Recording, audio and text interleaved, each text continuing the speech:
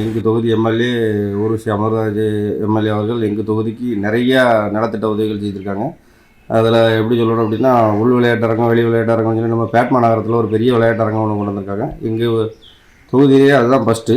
அது ஒரு நல்ல ஒரு திட்டம். அதுக்கப்புறம் நிறையா கட்டிடங்கள், எங்கள் சாத்தாமலத்துக்கு சப் ரிஜிஸ்டர் ஆஃபீஸு, இன்னும் ஸ்ரீவைகுண்டம் ஃபுல்லாகவே நிறைய அங்கன்வாடி கட்டடங்கள், நிறையா கட்டட பணிகள், இன்னும் பஸ் ஸ்டாண்டு, ஏகப்பட்ட கட்டட பணிகள் நிறைய கொண்டு வந்திருக்காங்க. எம்எல்ஏ அவர்கள் வந்ததுக்கப்புறம் ரொம்ப டெவலப்மெண்ட்டாக ஆயிருக்கு. குறிப்பாக சொல்ல வேண்டும் என்றால், பேட்மாநகரம் பக்கத்திலே ஒரு உள் விளையாட்டரங்கம், அதுபோன்று சாத்தான்குளத்திலே ஒரு உள் விளையாட்டரங்கம், பெரியதாலை மீனவ கிராமத்திலே ஒரு மிகப்பெரிய ஒரு மைதானத்திற்கான முழு தொகையும் செய்து அவர் அந்த ஊருக்கு செய்து கொடுத்துள்ளார். இப்படி ஸ்ரீவைகுண்டம், ஆழ்வார் திருநெறி, நம்முடைய சாத்தான்குளம், கருங்குளம் போன்ற இந்த பகுதிகளெல்லாம் அவர் நேரடியாக சென்று அவர் சென்று கால் வைக்காத இடமே இல்லை.